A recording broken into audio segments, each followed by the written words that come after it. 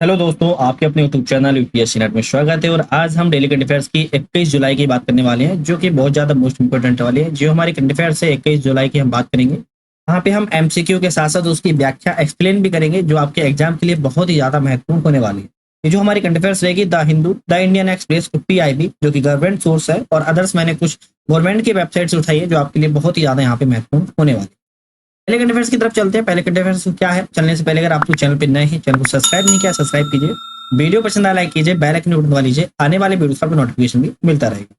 पहले current affairs की तरफ चलते हैं। पहले करंट अफेयर्स क्या है उसको देख लेते हैं। रिजर्व बैंक ऑफ इंडिया ने कौन सी बात कर रही है? आरबीआई ने, याद रखिएगा, आरबीआई ने किस कोऑपरेटिव बैंक का लाइसेंस को रद्द कर दिया है? क्या लाइसेंस को रद्द कर दिया है?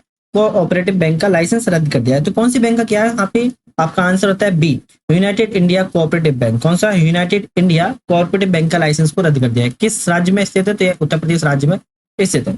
यहाँ पे हम व्याख्या की बात कर लेते हैं, जो आपके लिए यहाँ पे बहुत ज्यादा महत्वपूर्ण है। अगर व्याख्या की बात करें तो रिजर्व बैंक ऑफ इंडिया अर्थात आरबीआई ने उत्तर प्रदेश के एक bank United India Cooperative Bank का लाइसेंस को रद्द कर दिया। क्यों किया है? तो आरबीआई ने कहा है कि यह बैंक बैंकिंग विनिमय अधिनियम 1949 1949 की प्रासंगिक धाराओं का पालन करने में विफल रहा है। ये पालन नहीं कर पा रहा था, जो बैंकिंग विनिमय अधिनियम 1949 है। आरबीआई ने कहा है ग्राहक जमाकर्ता नियमों के तहत डिपॉजिट और क्रेडिट गारंटी कॉर्पोरेशन से 5 लाख रुपए तक का अमाउंट अपना निकाल सकते हैं। अभी हाल ही में तो इन्होंने कहा है 5 लाख रुपए तक का अमाउंट है वो निकाल सकते हैं। कौन निकाल सकते हैं? तो डिपॉजिट वाले और क्रेडिट गारंटी कॉर्पोरेशन वाले। नेक्स्ट क्वेश्चन तरफ बढ़ते हैं। नेक्स्ट क्वेश्चन उसको देख लेते हैं। भारतीय तटरक्षक बल के कौन सा बात कर रही है? भारतीय तटरक्षक बल के 25वें महानिदेशक के रूप में किसकी नियुक्ति की गई है? आपके सामने ऑप्शन है ए अजय सिन्हा, बी रणविजय सिंह, सी महेश शर्मा और डी राकेश पाल। आपका यहाँ पे सही आंसर जो आता है डी राकेश पाल जी की। किसकी? राकेश पाल जी की। क्या रखिएगा? राकेश पाल जी की। यहाँ पे आपका सही आंसर राकेश पाल हो गया है, जो डी आपका आंसर सही है। किसकी बात कर रही है? राकेश पाल की। क्या रखिएगा? राकेश पाल जी की इनकी नियुक्ति 25वें महानिदेशक के रूप में की गई है। यहाँ पे अब व्याख्या की बात कर लेते हैं। भारतीय तटरक्षक बल के बारे में थोड़ा सा यहाँ पे जान लेते हैं।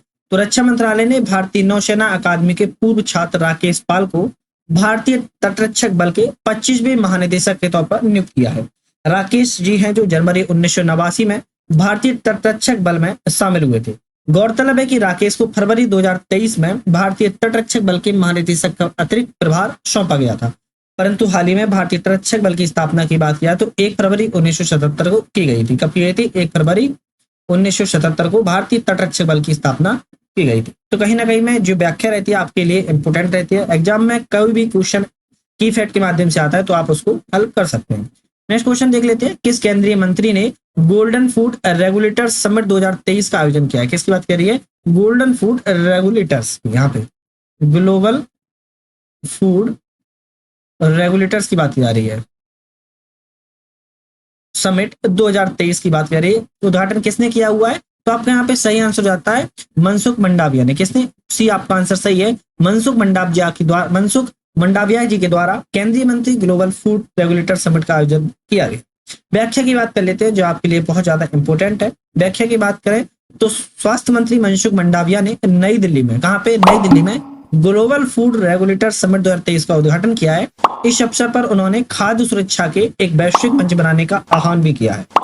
इस 2 दिवसीय सम्मेलन में केंद्रीय कृषि मंत्री नरेंद्र सिंह तोमर ने भी भाग लिया था। इस शिखर सम्मेलन का आयोजन भारतीय खाद्य सुरक्षा मानक प्राधिकरण द्वारा किया गया था। किसके द्वारा? FSSAI के द्वारा, FSSAI के द्वारा किया गया था। तो अपने आप में कहीं बहुत ज्यादा इंपॉर्टेंट है, जो आपके लिए इंपॉर्टेंट की फैक्ट्स हो जाते हैं। नेक्स्ट क्वेश्चन तरफ बढ़ते हैं। नेक्स्ट क्वेश्चन क्या है? तो SBI किसकी बात कर रही है? SBI की बात की जा रही है। SBI कैपिटल मार्केट लिमिटेड के नए MD और CEO के रूप में किसे नियुक्त किया है? किसकी बात कर रही है? MD और CEO के रूप में किसकी नियुक्ति की गई है? किसमें? SBI के कैपिटल मार्केट्स लिमिटेड में। यहाँ पे सही आंसर आपका हो जाता है बी, अजय कुमार सिन्हा जी की। किसकी? अजय कुमार सिन्हा जी की SBI के कैपिटल मार्केट्स लिमिटेड के रूप में नए MD और CEO के रूप में नियुक्ति। यहाँ पे व्याख्या देख लेते हैं, क्या इंपोर्टेंट है व्याख्या में। तो अजय कुमार सिन्हा को SBI कैपिटल मार्केट्स लिमिटेड के नए प्रबंध निदेशक और मुख्य कार्यकारी अधिकारी के रूप में नियुक्ति की गई है। साथ में SBI कैपिटल मार्केट्स लिमिटेड भारतीय स्टेट बैंक SBI की पूर्ण स्वामित्व वाली सहायक निवेश बैंकिंग कंपनी है। कैसी है?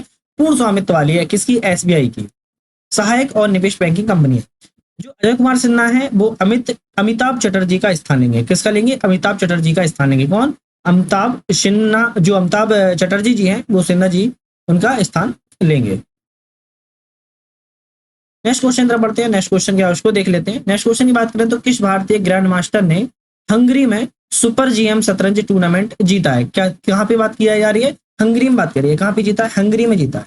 कौन सा गेम जीता है? तो सुपर जीएम शतरंज, याद रखिएगा, सुपर जीएम शतरंज इन्होंने टूर्नामेंट जीता हुआ है। तो किसने जीता हुआ है? आपका सही आंसर आता है आर प्रज्ञानंदन ने।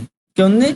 आर प्रज्ञानंदा के द्वारा, यहाँ पे डी आपका आंसर सही है, आर प्रज्ञानंदा के द्वारा यहाँ पे हंगरी में सुपर जीएम शतरंज का टूर्नामेंट जीता गया है। व्याख्या की बात कर लेते हैं जो आपके लिए बहुत ज्यादा यहाँ पे इंपोर्टेंट हो जाती है। उम्मीद है पूरा सेशन आप लोगों को पसंद आ रहा होगा। तो आप लोगों ने चैनल को सब्सक्राइब किया होगा, वीडियो पसंद आ रही होगी लाइक किया होगा, बेल आइकन पे बटन वाले होगा, आने वाले वीडियो का नोटिफिकेशन में मिलता रहेगा। युवा भारतीय ग्रैंड मास्टर आर प्रज्ञानंदन ने हंगरी में वी गेजा हैटनी मेमोरियल सुपर जीएम शतरंज टूर्नामेंट 2023 का टाइटल जीत लिया। इन्होंने अपने नाम कर लिया। इनकी उम्र की बात किया 17 वर्ष के प्रज्ञानंदा ने 6.5 अंक अर्जित कर 10 खिलाड़ियों की प्रतियोगिता में पहला स्थान हासिल किया है। पहला स्थान, फर्स्ट स्थान इन्होंने हासिल अपने नाम कर लिया है। वह इस टूर्नामेंट में एम अमीन तबातबेई, कौन? एम अमीन तबाताबेई ईरान और रूस के सनाना सजू गिरोह में एक अंक आगे रहे हैं। तो आप देख सकते हैं कि एक ही पॉइंट से, एक ही अंक से ये आगे रहे हैं, जो अपने आप में बहुत ज्यादा कहीं ना कहीं इंपोर्टेंट यहाँ पे हो जाता है। नेक्स्ट क्वेश्चन पर देखते हैं। नेक्स्ट क्वेश्चन क्या उसकी बात करें तो राज्यसभा के नए उपाध्यक्ष के रूप में किसको चुना गया? अब बहुत ज्यादा इंपोर्टेंट है, यहाँ पे बात कर रही है राज्यसभा। यहाँ पे बात कर रही है राज्यसभा की नए उपाध्यक्ष के रूप में किसको चुना गया है? तो आपके सही आंसर हो जाता है एस फांगनोन कोन्याक को। किसको? डी आपका यहाँ पे सही आंसर है। यहाँ पे एस फांगनोन कोन्याक को राज्यसभा के उपाध्यक्ष के रूप में इनकी नियुक्ति की गई है। व्याख्या की बात कर लेते हैं जो आपके लिए बहुत ज्यादा यहाँ पे महत्वपूर्ण है। भारतीय संसद के उच्च सदन में, जो उसको राज्यसभा कहते हैं, नागालैंड की एकमात्र सांसद एस फांगनोन कोन्याक को राज्यसभा के एक उपाध्यक्ष के रूप में नियुक्ति किया गया है। राज्यसभा में प्रक्रिया और कार्य संचालन के नियमों के तहत राज्यसभा के सभापति जगदीश धनगढ़ ने उपाध्यक्षों के पैनल में फांगनोन को नामित किया है।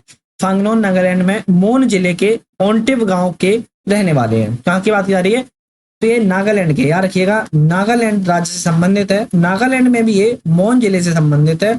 मोन जिले से भी ये ओंटिव गांव से संबंधित है। कौन से गांव से? ओंटिंग गांव से संबंधित है। तो कहीं ना कहीं कोई भी एग्जाम में क्वेश्चन बन सकता है जो आपके लिए महत्वपूर्ण हो सकता है। आज के सेशन की लास्ट क्वेश्चन की बात करने वाले हैं जो आपके लिए बहुत ही ज्यादा महत्वपूर्ण है। लास्ट अगर सेशन की बात करें हम, यहाँ पे लास्ट क्वेश्चन देख लेते हैं। अंतरराष्ट्रीय शतरंज दिवस प्रतिवर्ष कब मनाया जाता है? तो किसकी बात आ रही है? शतरंज दिवस की बात आ रही है। वो भी कैसे शतरंज दिवस? इंटरनेशनल, अंतरराष्ट्रीय, याद रखिएगा, अंतरराष्ट्रीय। तो अंतरराष्ट्रीय शतरंज दिवस प्रतिवर्ष कब मनाया जाता है? तो यहाँ पे आपका सही आंसर हो जाता है 20 जुलाई। कब मनाया जाता है? 20 जुलाई को मनाया जाता है, याद रखिएगा, 20 जुलाई को अंतरराष्ट्रीय शतरंज दिवस के रूप में मनाया जाता है। व्याख्या की बात कर लेते हैं जो आपके लिए बहुत ज्यादा इंपोर्टेंट हो सकती है। तो अंतरराष्ट्रीय शतरंज संघ FIDE की पहल के तहत अंतरराष्ट्रीय शतरंज दिवस 20 जुलाई को दुनिया भर में मनाया जाता है। लेकिन ये किस संघ के तहत? अंतरराष्ट्रीय शतरंज संघ FIDE के पहल के तहत मनाया जाता है। इसकी शुरुआत की बात की जाए तो 1966 में इसकी शुरुआत की गई थी। अंतरराष्ट्रीय ओलंपिक संघ में 1999 में FIDE को मान्यता दी थी। विश्व शतरंज दिवस 2023 की थीम को लेकर कोई आधिकारिक घोषणा अभी तक नहीं आई है। जैसे ही आएगी आधिकारिक घोषणा, आधिकारिक थीम को लेकर, वैसे ही आपको इस चैनल के माध्यम से पता लग जाएगा। उम्मीद है पूरा सेशन आप लोगों ने देखा होगा, चैनल को सब्सक्राइब किया होगा। नई वीडियो में पाने के लिए आप लोगों ने बेल आइकन में बटन दबा लिया होगा। वीडियो पर लगा बहुत बहुत धन्यवाद। नई वीडियो में आपसे फिर से मुलाकात करते हैं।